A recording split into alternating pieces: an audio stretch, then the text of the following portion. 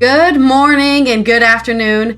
Welcome to another episode of Before Coffee here on Thursdays 13, where I am going to be doing the Thursdays 13 segment today. We've got a bunch of news about elections, about, of course, the D-Day anniversary, and some random culture thing that I found because I couldn't find anything else to talk about. Let's go into our headlines today on Before Coffee. Netherlands kicks off its 4 days of European Union elections across 27 nations. And we have news on North Korea. North Korea's ship was sank last week, apparently. And why is North Korea sending trash balloons to South Korea? 13 memorable facts about D-Day. And a D-Day hero finally gets his recognition 80 years after D-Day. From racist rants to spiritual guru, what we learned from Seinfeld's star Michael Richards' autobiography. This day is National Yo-Yo Day, so that's all your stories for National Yo-Yo Day on June 6, 2024 on Before Coffee.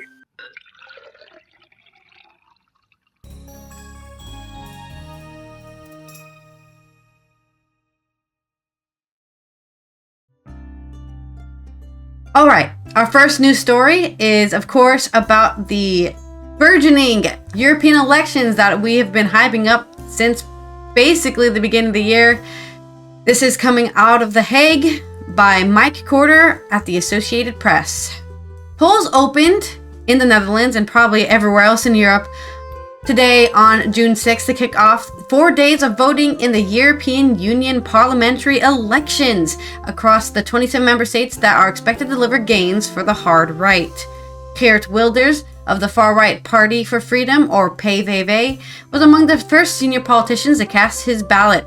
Having sent shockwaves around Europe 6 months ago by becoming the biggest party in the Dutch national parliament, he now wants to build on that popularity and set the tone for much of the bloc, with calls to claw powers back to national capitals away from the EU so member states have more autonomy on issues such as migration. I do want to speak on this myself really quick, that the current actual prime minister is somebody from the center, I think even the center left, so we don't have to really worry too much of what Geert Wilders wants himself, but it is worrying that there is an anti-European establishment going on. Paradoxically, like many other hard right parties across the bloc, he wants to get more powers in the European Parliament so he can weaken the EU and then get rid of it. You also need to have a strong presence in the European Parliament and make sure that, if necessary, you'll be able to change the European guidelines in order to change our own immigration policy and asylum policy, Wilders said after voting in The Hague. That is why he was immediately calling for a broad alliance of hard-right parties to break up the traditional coalition of Christian Democrats, socialist, pro-business liberals, and Greens. Making a larger group in the European Parliament, Wilders said, that gives us power to change all European regulations in order to be more in charge of ourselves here in the national parliaments. Wilders, Italy's Prime Minister Giorgia Meloni, and French opposition leader Marine Le Pen stand in stark contrast to much of the left and many center parties, which call for a more united European approach on anything from climate change measures to defense, arguing individual nations only have a weak voice on the global stage. It is important that the European Union is good and a strong partner, said Gerard Kroon, a 66-year-old who works for the Hague municipality and voted in the city hall for pro-Europe party vote. We have to get things done all together, not only in Europe, but in the Netherlands too. Since the last EU elections 5 years ago, populist, far-right, and extremist parties now lead governments in 3 EU nations, are part of governing coalitions in several others, and appear to have surging public support across the continent. Almost 400 million voters will be electing 720 members of the European Parliament from beyond the Arctic Circle to the edges of Africa and Asia. They will also have an impact issues ranging from global climate policies, defense, to immigration and geopolitical relations with China and the United States. There was some early voting in some countries, but the Netherlands is the only EU country to start its single-day vote so early, followed by Ireland and the Czech Republic on Friday, and the rest, which is June 7th, and the rest of the EU nations over the weekend. Europe-wide results will be announced Sunday night, which is June 23rd. No, sorry, June 16th. No, sorry, June 9th. June 9th, they will 3 days. reveal the complete and total results of all member states who have completed voting. Since the last European elections in 2019, a war has broken out in Ukraine as well as in Israel. And of course, there was an energy crisis, an entire global pandemic, and also food shortages as our climate gets hotter and hotter. So there's a lot of reasons why voters are panicking, trying to discover which people they should vote for to save everything they care about. As a founding member, the Netherlands was long unwavering in its support of EU policies. Research from the Klingendale think tank, though, suggests dissatisfaction with the EU among Dutch people, and that while most believe the Netherlands should remain in the bloc, many also believe it should be more self-sufficient. Yeah, I mean, because of all of the food shortages and the energy shortages, a lot of people had to pay a lot of money. I know my rent went up, having to pay for that extra energy we had to spend, because there wasn't any. But this isn't the EU's fault, okay? I want to blame the huge pushback that happened back in the 90s and the early 2000s against nuclear power, because somebody, oil companies, were paying people to spread propaganda that nuclear power is dangerous and can kill everybody. But these days we use thorium, which is a very, very safe nuclear process that is not only more powerful than uranium, but more safe than uranium, and easier to stop if it does go into any sort of dangerous meltdown. But nobody wants to hear about that. We would rather hear the Netherlands anyway. The U.S. Sorry? The U.S. just approved another nuclear plant. Yeah.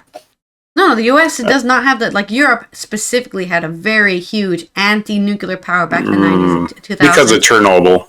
Yeah, and which is so funny because right now the Netherlands is buying power from who? France. And what does France use to make power? Nuclear energy. So if 10, 20, 30 years ago the nuclear energy was in the Netherlands, people wouldn't be screaming into the sky about, oh, we need to be more self-sufficient. You had your choice and you didn't make it back then. Well, many voters are... Well, now they can. You can make a choice now. Yeah.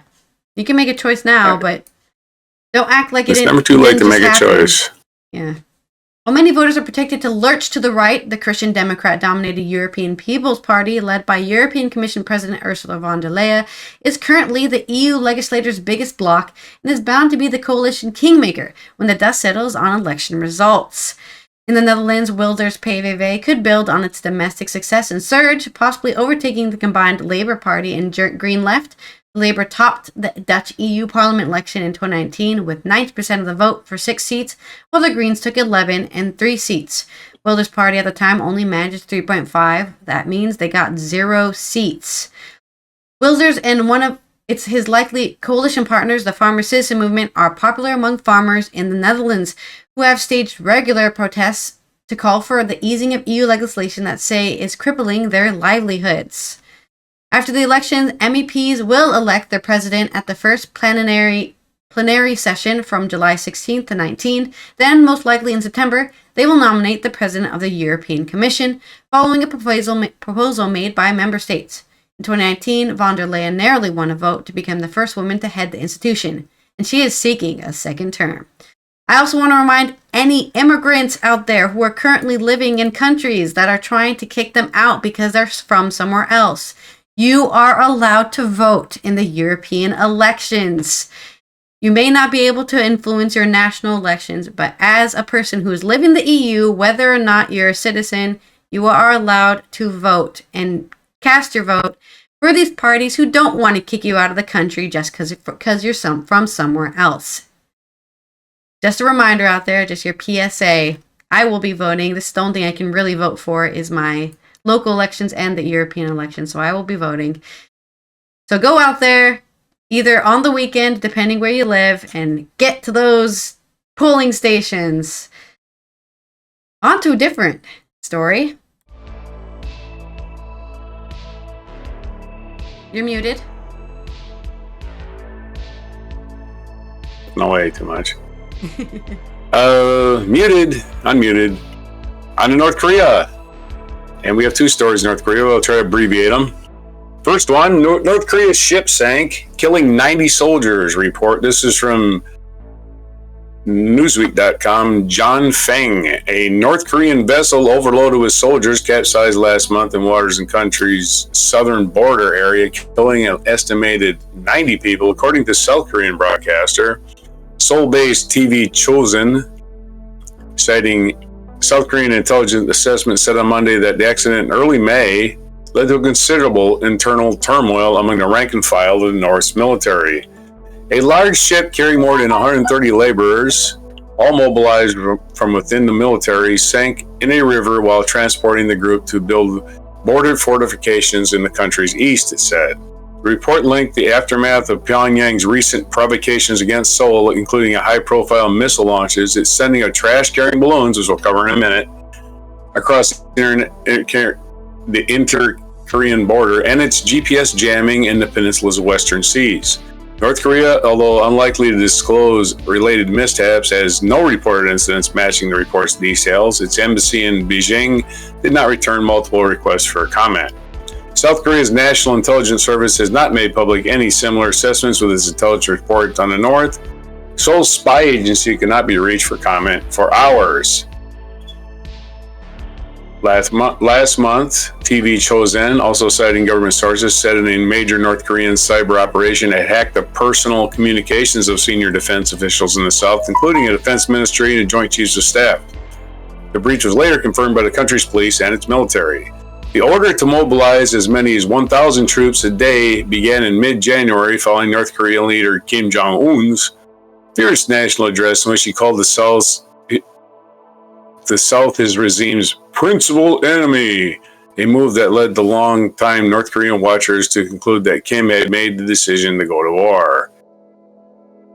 So there's your unconfirmed but highly sourced story about a ship sinking North Korea, ship sinking with a bunch of workers, and North Korea is never going to admit they did anything wrong, so you're not going to get nothing out of them. And speaking of North Korea doing shit wrong, this is a story from Al Jazeera. AlJazeera.com. Why did North Korea launch trash-laden balloons into South Korea? Tensions once again rising on the Korean peninsula after North Korea launched hundreds of balloons that dropped rubbish and manure onto towns and cities across South Korea, including onto the runway of Seoul's main airport. The South Korean government responded on Tuesday by suspending an inter-Korean military deal that was signed in 2018 with the aim of easing animosities at the heavily militarized border. The move allows Seoul to resume large-scale military training near the border and restart propaganda broadcasts, including K-pop songs and outside news from loudspeakers stationed on the frontier. The North Korea campaign began last week and Tuesday with Pyongyang flying some 260 balloons carrying cigarette butts, scraps of cloth, waste paper, and manure into South Korea. Well, manure is at least fertilizer. The balloons, carried by the wind, fell across the country, including as far south as Gyeochang, some 218 kilometers or 135 miles south of Seoul, including to the Yonhap news agency. The campaign was also accompanied by North Korean attempts to jam GPS systems in South Korea. The South Korean military called the acts base and dangerous and deployed explosive ordnance disposal units and chemical and biological response teams to inspect and collect the rubbish bags. It has also issued alerts warning residents to keep away and report any sightings to authorities, but later said the material tied to balloons did not contain any dangerous substances. How do you know until you look? On Wednesday, North Korea said the balloons are launched in retaliation to an ongoing propaganda campaign by North Korean defectors and activists in South Korea, who regularly send inflatables containing anti-Pyongyang leaflets, food, medicine, money, USB sticks loaded with K-pop music videos and dramas across the border. They send them movies and music. The latest news, Kim Yo-jong, the sister of North Korean leader Kim Jong-un, and a powerful ruling party official, issued a statement via Korea's Central News Agency condemning Seoul as a shameful, brazen, and for criticizing the balloons while defending its citizens' own freedom of expression. Okay, you're polluting our land. I get it. they sent stuff to you, you're sending stuff to there. But you're sending garbage, because basically it's all you got is garbage. It's very symbolic. North Korea, all we got is garbage. South Korea, we got culture. We got fun stuff. North Korea, we got garbage. Very symbolic. Very symbolic. Yeah. That's it. Here's some manure. This is what we consist of. North Korea is extremely sensitive to the leaflets as South Korean activists will. Oh, don't read. Reading's dangerous. North Korea has extremely sensitive leaflets as South Korean activists float across the border because they carry information about the outside world and criticism of the three-generation Kim dynasty's rule since founding of North Korea by Kim Il-sung in 1948. Well, just think about what you're doing to your citizens. They are ignorant until they get information, and the only information they get is from South Korea. Think about that. Maybe you should let them have all the world's propaganda like they do in the United States. In 2020, North Korea dispatched its military to blow up an empty South Korean-built liaison office in its territory in Kaesong in protest of a civilian leafleting campaign. The Inter-Korean liaison office had been closed and evacuated in January that year during the COVID-19 pandemic. That was their big old protest, blowing up a building.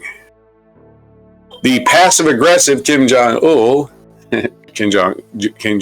anyway, Seoul tried to address North Korea's concerns last year, approving a law that made sending up of anti-Pyongyang propaganda leaflets a crime, punishable by up to 3 years in prison or a fine of $30 million. But in 2023, South Korea's constitutional court struck down the legislation calling an excessive restriction of free speech.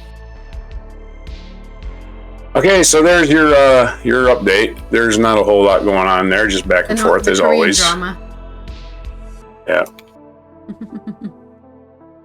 And back to you for another story. We're going to talk. I'm doing the Thursday 13th day, and we're going to talk about 13 memorable facts about D-Day. This is not from me. It's actually from Mental Floss by Mark Mancini. But I would like to appreciate somebody making a list for me because I'm terrible at making lists. Right, Normandy landings, or an event better known as D-Day, became a pivotal moment in World War II. Heavy losses were inflicted on both sides, but with planning, deception, and semi-aquatic tanks, the Allied forces pulled off what is considered the biggest amphibious invasion in history. Here are a few things you should know about the historic crusade to liberate France from the Nazi Germany. Number 1. When it occurred, of course, today, June 6th, but in 1944. The D-Day invasion was several years in the making. In December 1941, the United States formally entered World War II. Shortly thereafter, British and American strategists began entertaining the possibility of a huge offensive across the English Channel and into Nazi-occupied France. But first, the Allies swept through northern Africa and southern Italy, weakening the Axis hold on the Mediterranean Sea. Their strategy resulted in Italy's unconditional surrender in 1943 in September, though that wasn't the end of the war for Italy. Earlier that year, the Western Allies started making preparations for a campaign that would finally open up a new front in northwestern France. It was going to be an amphibious assault with tens of thousands of men leaving England and then landing on France's Atlantic coastline. Normandy was chosen as the D-Day landing site because Allies were hoping to surprise German forces.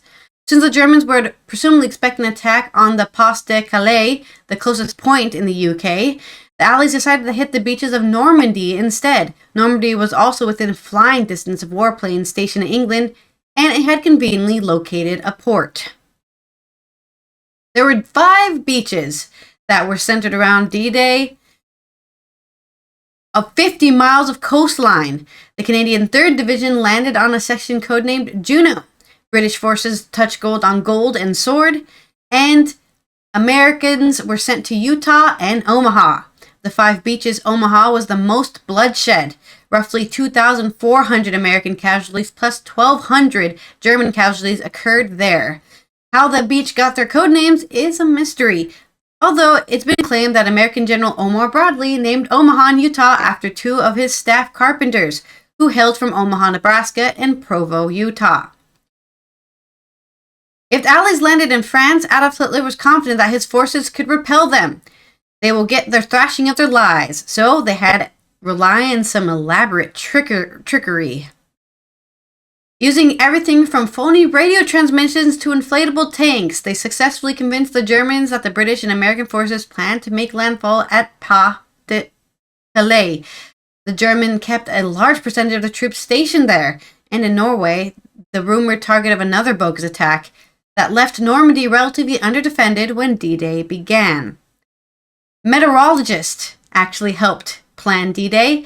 The landings in Normandy and invasion of France were codenamed Operation Overlord, and General Dwight Eisenhower, the Allies' top commander, led the operation. To choose the right date for his invasion, Eisenhower consulted with 3 different teams of meteorologists who predicted the weather would be best on June 5th, 6th, or 7th. If not, they'd have to wait late in June. Originally, Eisenhower wanted to start the operation on June 5th, but the weather did not cooperate.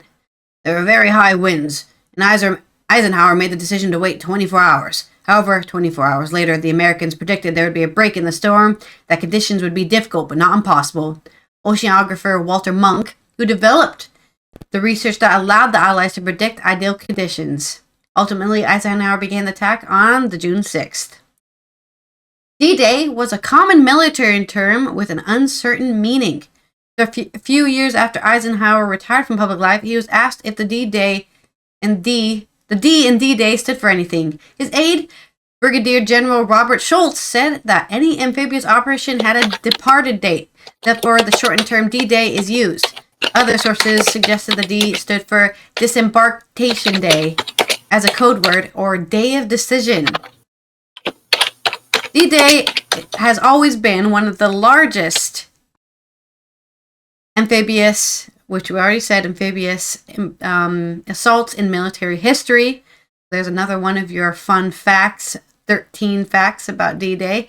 They were accompanied by almost 7,000 nautical vessels. In terms of aerial support, the Allies deployed more than 10,000 individual aircrafts, which outnumbered the German planes 30-1. They were ready. The Allies had floating tanks. The Sherman duplex drive tanks, aka Donald Duck tanks, came with foldable canvas screens that could be unfurled and turn the vehicle into a crude boat. Once afloat, the tanks were driven forward with a set of propellers.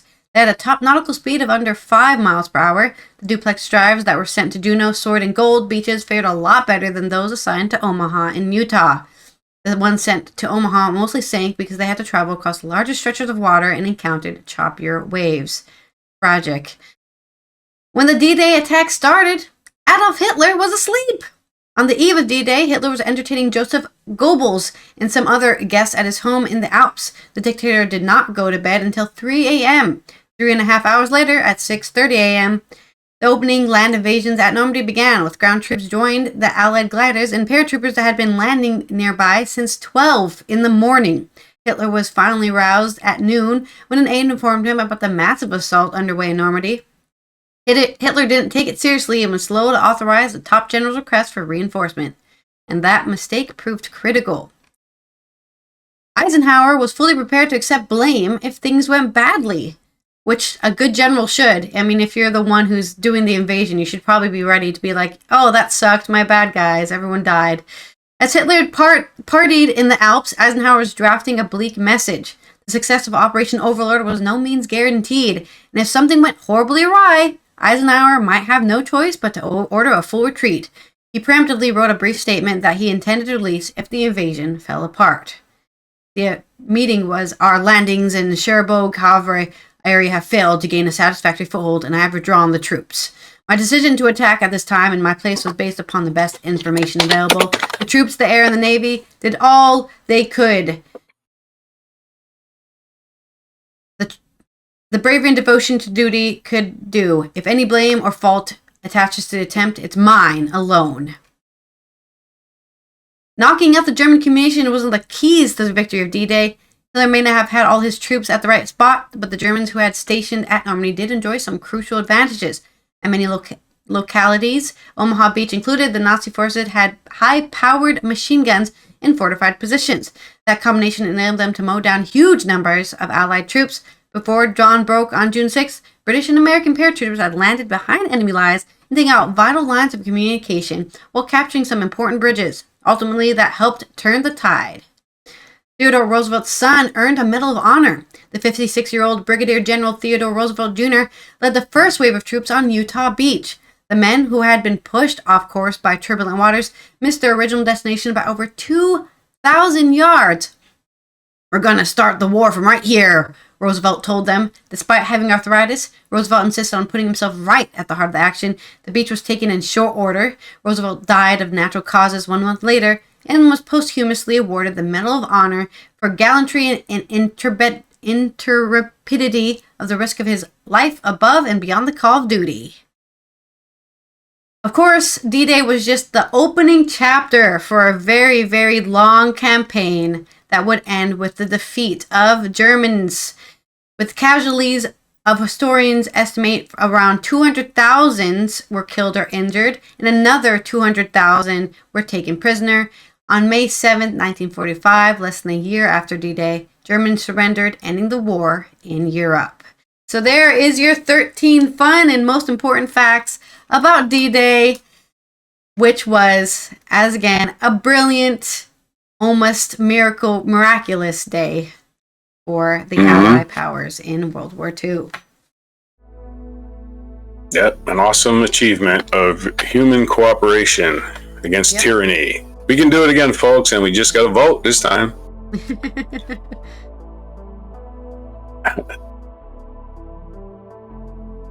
Okay, well, I guess we'll run to my story about D-Day. And this is from ABC News, Reporter's Notebook. A black World War II hero is finally honored 80 years after life-saving D-Day courage. It doesn't have a person's name on it, so it's probably just a pool, I guess. I don't know. Somebody wrote it, probably at the bottom. Let's see. Linda Haveru is the author. Linda her view, or something like that. It's got a lot of E-A-U-A-X ends in that. E-A-U-A-X is pronounced ooh, I think. Anyway. To reach Waverly B. Johnson Jr.'s final resting place, you start on Eisenhower Drive at the end of Marshall Drive. You make a half turn around Patton Circle, and there, tucked in the southeast corner, you'll find grave number 1172, a simple marble headstone like 400,000 others at Arlington National Cemetery. Not far away, along the same trajectory, lies the Pentagon, where the question of how to honor Woodson, the forgotten hero of D-Day, has bedeviled the Army in recent years. Woodson was nominated for the Medal of Honor in the summer of 1944. Think about that. Anyway, he did not receive it. No black soldiers received their nation's military honor during World War II. So, why is it still taking 80 years? That's still not a reason it's taking 80 years, by the way. It's still not an excuse. Yeah. While I was researching, this is from Linda Haveru. While I was researching my book, Forgotten the Untold Story of D-Day's Black Heroes, I learned about Woodson's nomination. I shared the story with Woodson's unstoppable wife, Joanne, who, along with a battery of allies, began calling on the Army to reconsider Woodson's case. Kevin Brafald, a curious Illinois-based historian with First Army, picked up on the trail, investing 2 years of his own time hunting for more records that would prove that Woodson, who, along with others in his unit, was awarded the fourth place Bronze Star, deserved a far greater recognition. His report would prompt the Army to reopen the case. On Monday, Senator Chris Van Hollen, a Democrat of Maryland who championed Woodson's case in Capitol Hill, announced that the Pentagon would posthumously award Woodson the Army's second highest honor, the Distinguished Service Cross. Woodson has never received the full recognition that his actions clearly merited, largely due to the color of his skin. That's why we fought for years the security acknowledgement he deserved, Van Hollen said in the statement. The Woodsons were VIP guests of the French government in 1994 for the 50th anniversary of the D-Day. Motorcade swept them from plane to hotel to Omaha Beach. A palm-sized medal that Johnson still treasures acknowledged her husband's service.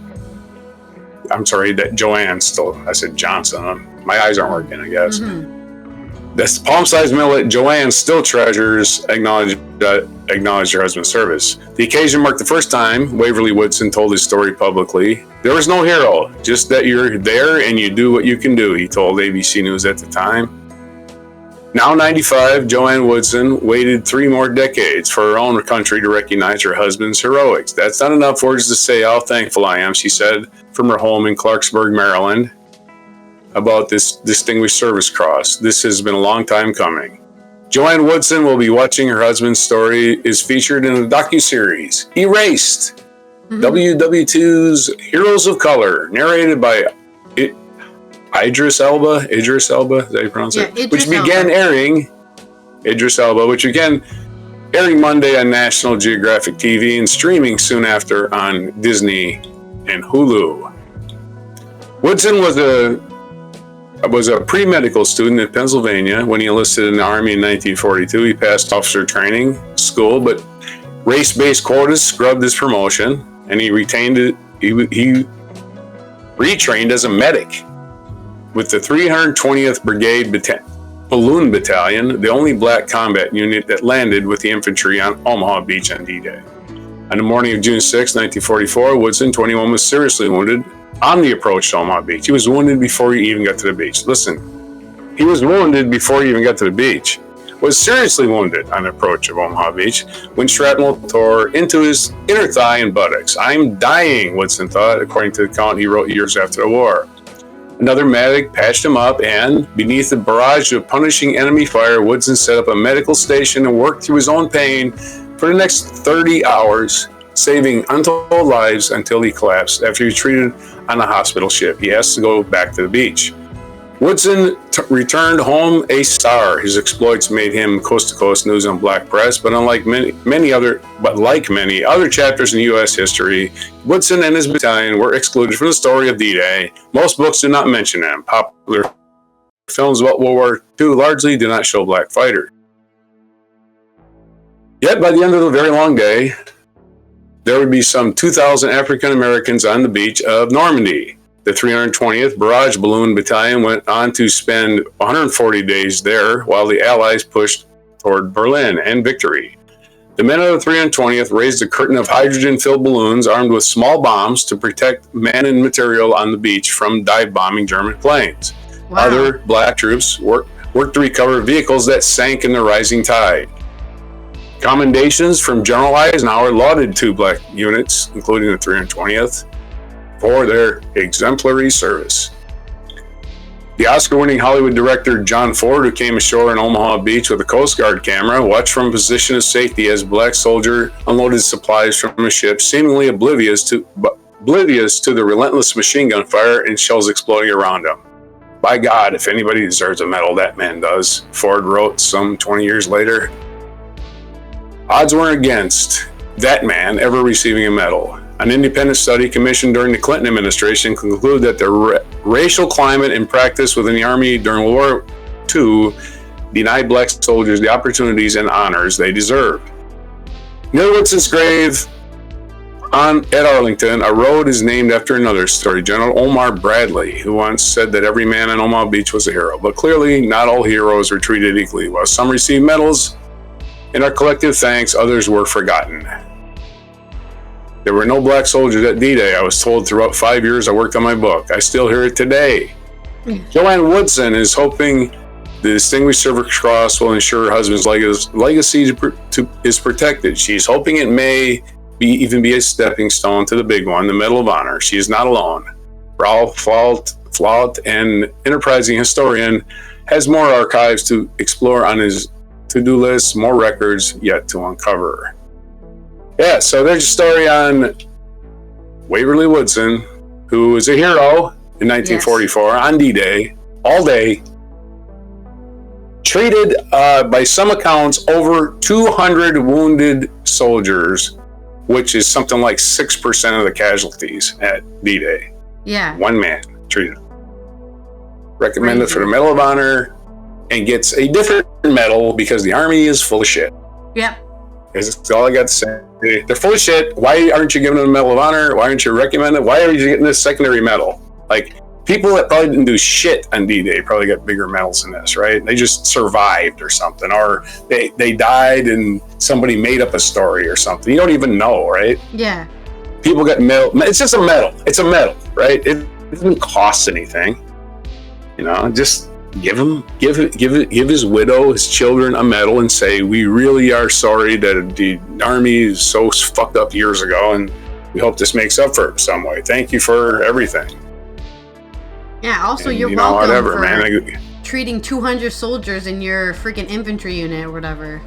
Asshole. Not even his unit, just whoever gets thrown in front of him. Yeah. Black, white, doesn't matter. He was a corpsman. He was working on people that were dying, bleeding, whatever. You know, I probably didn't save them all. Can't save them all. But what a stupid idea. He was wounded too. Black soldiers there. There was not a single black soldier in all of World War II. Yeah, tell that to the French. Well, but if I want to say this, I'm woke, right? Yeah. I had an interesting discussion with this idiot on the internet. Remember, we had the Negro Leagues statistics being recognized for the first time. He goes, they didn't even play in the same league. And I'm like, how long have you been watching baseball? The National League and the American League never play. They never play. Not until recently, the last 20 years, they started interleague play. But before that, the American League and the National League never play except the World Series. And you know what? Those statistics in the World Series don't count, right? So there's no such thing. Babe Ruth never faced the best pitchers in the National League. The best pitchers in the National League never faced Babe Ruth. Unless it was a World Series. And that didn't count for statistics. So what's your fucking point, moron? Your point is nonsense. They just had another league that didn't play the white guys. That's all. Yeah. They have no point. They have actually nothing to stand on but their own racism. I can't relate to having such a closed-minded point of view of the world. Really. I can't relate to the Army not giving this guy the Medal of Honor he was written up for in 1944. Yeah. Well, what the hell's wrong with you? Than never. Anyway. Let's move on from all the D-Day talk, which was very enlightening about many aspects of D-Day. Instead, we're going to do a culture segment from Stuart Heritage on The Guardian about Michael Richard, famously known as Kramer from Seinfeld, who's written an autobiography. For the rest of time, Michael Richards will be known for only two things. One of them is Seinfeld, on which he played Kramer. The other is the notorious 2006 Laugh Factory stand-up set that ended with him screaming racial abuse at a black audience member. I don't remember that, but I was barely alive in 2006, so... Richard has just published his memoir. It was... Sorry? Yeah. You were there for this? I remember that. It was quite a big deal, pre-Twitter, Yeah, no, 100% was pre-Twitter. It was pre-YouTube. Yeah, pre-most everything. Richard has just published his memoir, Entrances and Exits, and both of those things feature, albeit one more prominently than the other.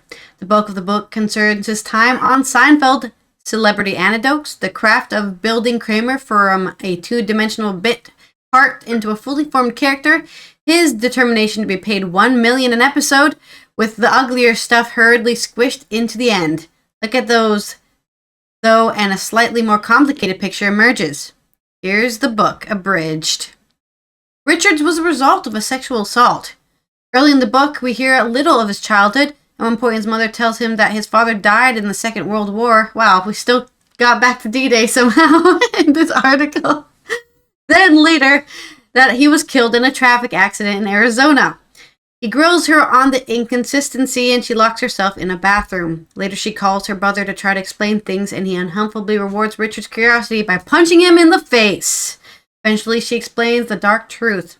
She doesn't know who his father is because he was a stranger who forced himself on her in 1948. Now I know as much as I need to know about my father, he writes. He likes to describe his dreams. Richards details several in his book. The key one appears to be this, which happened when he was wrestling the idea of moving to LA to pursue comedy. In it, I see a clown holding the globe of the earth. The face of the clown is my own. He is the clown, and he can only hold the world by being the fool, the ha-ha soul, the clown at large. He is especially fond of the time he wore a robe to a corporate event. Ahead of an important NBC bash in 1994, Richards became so incensed that the hotel he was staying at hadn't cleaned his tuxedo on time that he decided to wear a white hotel dressing gown there instead. It made people laugh, which spurred Richards on to describe the moment thus. I call this divine inspiration. The Kavorka, luring the animal that I am into the cosmos. I feel the holy, The holy is everywhere. Symbolically is Jove upon the Christos, the calling of Muhammad, the Shekinah of the prophets that gives them the ultimate direction. It's the Greek Dionysus of theater, the entrances and exits of us all. It's India's Atman, Buddha's mindfulness, China's Tao, the great Siberian spirit in Russia. To reiterate, he wore a dressing gown to a dinner. I don't know if it's that much, but I guess that's how he felt about it. He suspects that Larry David inspired one of the most famous Seinfeld bit parts. The first time Richard saw Larry David perform, he was taken aback by how crotchety David was, especially when he pulled his then signature move of glancing around the crowd, noticing something that displeased him, muttering, "Fuck it," and leaving the stage mid-set. Larry told me later that he didn't like the way the audience felt, Richard writes. He's like the soup Nazi. If he doesn't like the audience, no comedy for you. He didn't like the Michael Richards show either. After Seinfeld ended, Richards passed on to play the lead in Monk, and this caused him to enter into one of TV's greatest disasters, The Michael Richards Show. It was a short-lived 2000 sitcom where Richards played an inept private detective. It was almost universally hated and caused Richards to let anger get the better of him, not for the first time. During a meeting with the writers, "It's not funny, I'm dead here," he screams, before an executive does the decent thing and pulls the plug for good. In his description of events, Richards' judgment is clouded by hunger, the weight of his failed sitcom, and a restless audience that verbally tells him he isn't funny. In the moment, I'm unleashed. I've been here before. It's outrageous, irrational, part of a fool's kit. Let's go wild. He immediately realizes that he has overstepped the mark, as illustrated when one audience member approaches him for an autograph and is angrily pulled away by another. Then the video emerges, despite the help of his friend Jerry Seinfeld, who books him on the David Letterman show for some immediate damage limitation. His career is functionally over. But the incident will still inform you how to read the book. The Laugh Factory set hangs so heavily on entrances and exits that it's hard to not see parts of it as an attempt to prove that he isn't a racist as he seemed 18 years ago. One chapter set during Richard's time in the Army makes an enormous meal of his friendship with a black soldier named Howard, who used to be a pimp. Similarly, during the height of Seinfeld, he fell in love with the house and pointedly remarks that it was designed by Paul R. Williams, the first African-American architect to work in Los Angeles. I'm not racist. My house is made by a black man. Now that's comedy. It's quite important, Richard writes. After the Laugh Factory incident, Richard spent years submerging himself in spirituality to conquer anger issues that ended his career. You know what? Good for him. It is helpful for a lot of people to, wait a minute, why am I so angry? Why do I get angry? You make mistakes. Yeah. Mea culpa is a real thing, man. Yeah, it is. I mean, of course, anger is one of the... respect it. Anger is one of the hugest... I don't want to say it's like a disease, but in a way, anger is a disease, especially of men, because it's one of the only emotions some men feel they're allowed to have, right? The only thing they're allowed to do is be angry. They're not allowed to cry. They're not allowed to be happy. They're not allowed to, I don't know, do anything else, right? Anger is the only extreme emotion you're allowed to express. It's one of the angers triggered by confusion. Yeah. Right?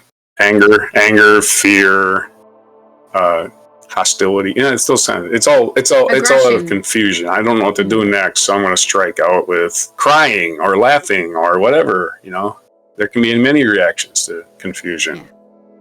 I'm just saying, there's famously a lot of men just go straight to anger. Right, that's their only release is getting angry. But so it's good that he worked on trying to submerge himself in spirituality, and he got pretty deep. On one page, illustrated by a picture of an exploding star, he tries to explain what a soul is, writing that, with the Earth I can call her mother, but this planet is an electromagnetic male and female negative, made in the image of this embodying polarity. I must be androgynous. Indeed, in the acknowledgement, he states, the first draft of this manuscript was well over 600 pages, included a 72-page appendix going much deeper into spiritual ethos that I live by. Forget Jerry Seinfeld. Perhaps the real hero of the story is the poor editor put in charge of the book. That, of course, is Stuart's opinion, because I haven't read the book. But it is available, and it was published by Permuted Press for €25 or 24 pounds. I don't know why they didn't give it in dollars, but I guess if you want to read somebody go on a spiritual rant and talk about their time and their life, check it out. There is your culture segment and on this day in history. Yeah, redemption is a wonderful thing, believe it or not. Yep.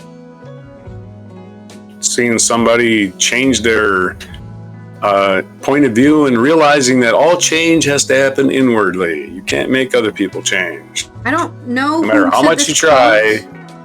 I don't know who said this quote or who it was from, but it's something along the lines of, why wouldn't you want to change? You want to sit there and be the same person forever. It's almost impossible to not change. So it's really weird to just really fight against it. And when people are, when people are asking you for advice, the actual answer is already in their head. Mm-hmm. They just want to get confirmation. That they're not crazy. Is this the right thing to do? Right. Yes, it is the right thing to do. Right. Oh, good. You already, and again, you have to give them a Yoda-like answer. Not like, I agree with you. You got to give them the answer like, you already know the answer. You must seek inner peace. Anyway. On to this day in history, which happened, other things happened besides D-Day and June 6th. Let's just dive in. In 1622, Pope Gregory the 15th created the Congregation for the Propagation of the Faith for the organization and direction of the missions of the Roman Catholic Church to the non-Christian world. That's a long thing. In 1844, Pope Gregory XV proclaimed something. Propagation of the faith. He created it. Okay. 1844, George Williams originated the Young Men's Christian Organization. YMCA. Mm-hmm. Anyway.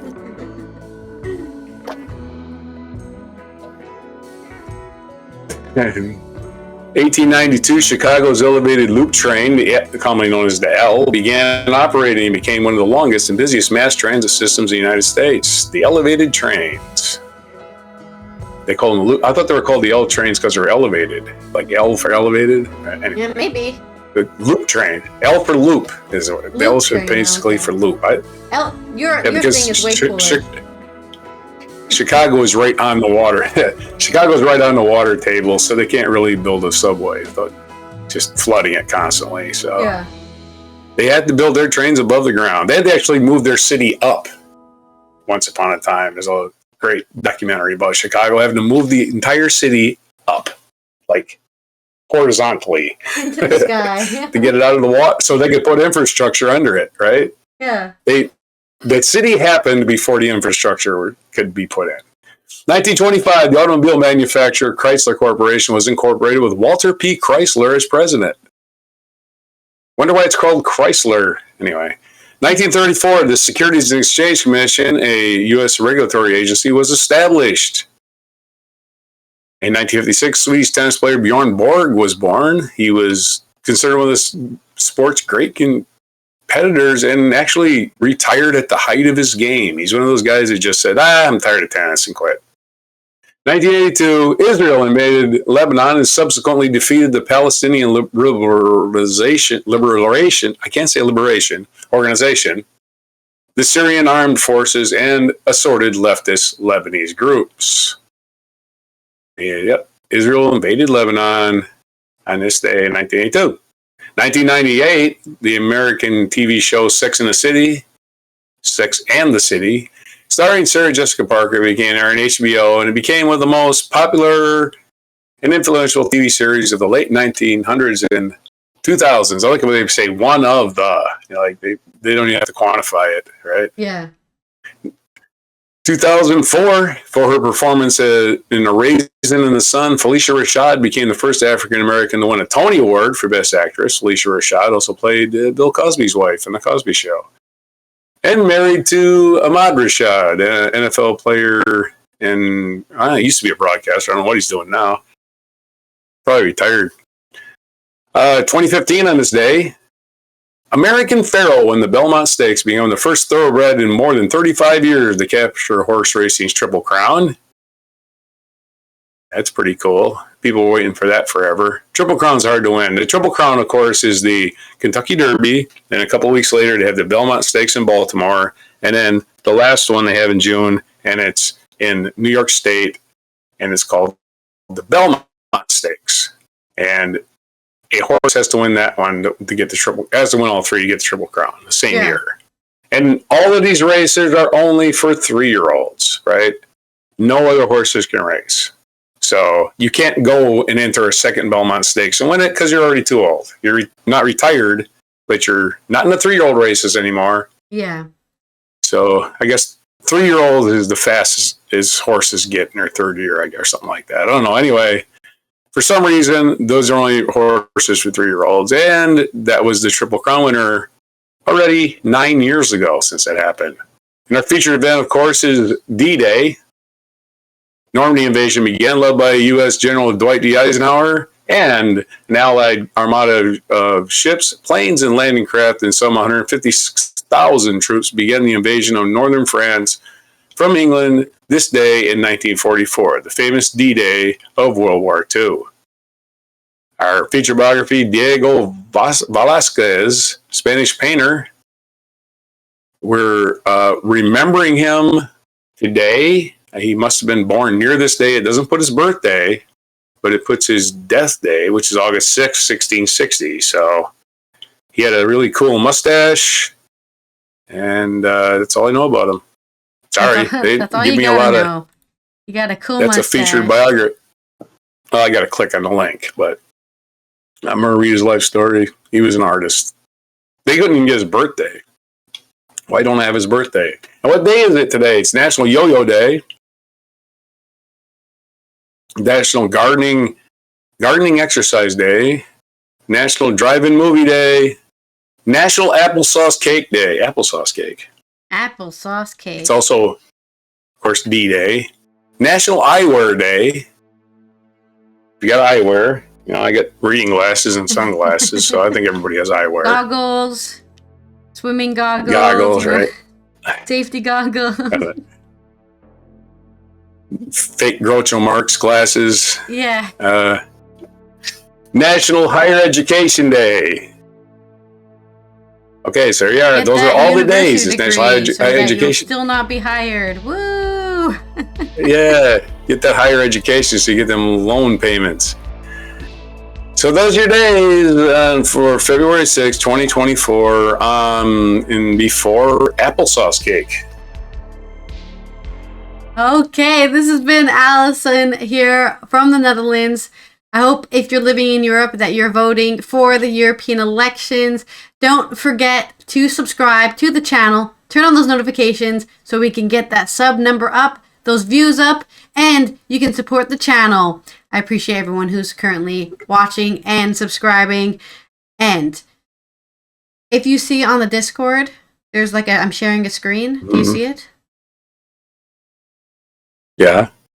Okay, I'm going to play the mic drop for you and for the stream so that we can react to it. I just cut it down to like 1 minute, 40 seconds. All right, I see it now.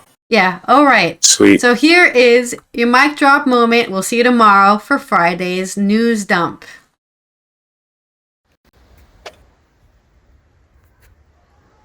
Such a beautiful sunrise. Or I think it was sunset actually, because this was we never are up in the morning.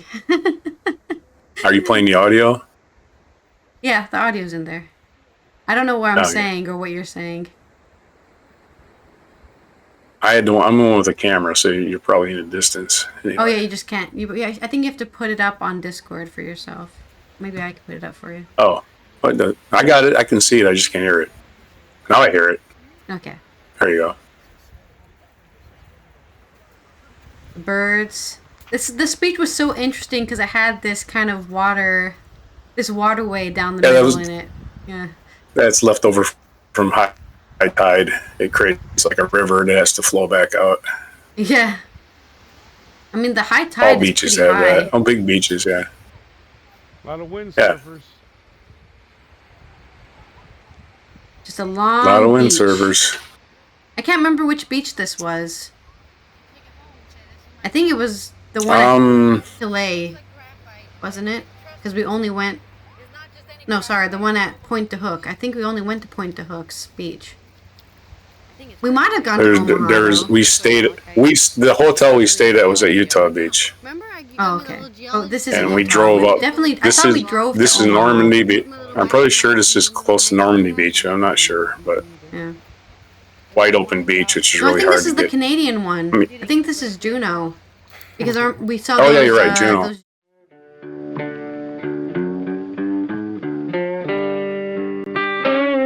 Be sure to hit the like, subscribe, and notify buttons, and follow our other channels: Toxic Alley, History of Gravy, and Scratchy Old Records.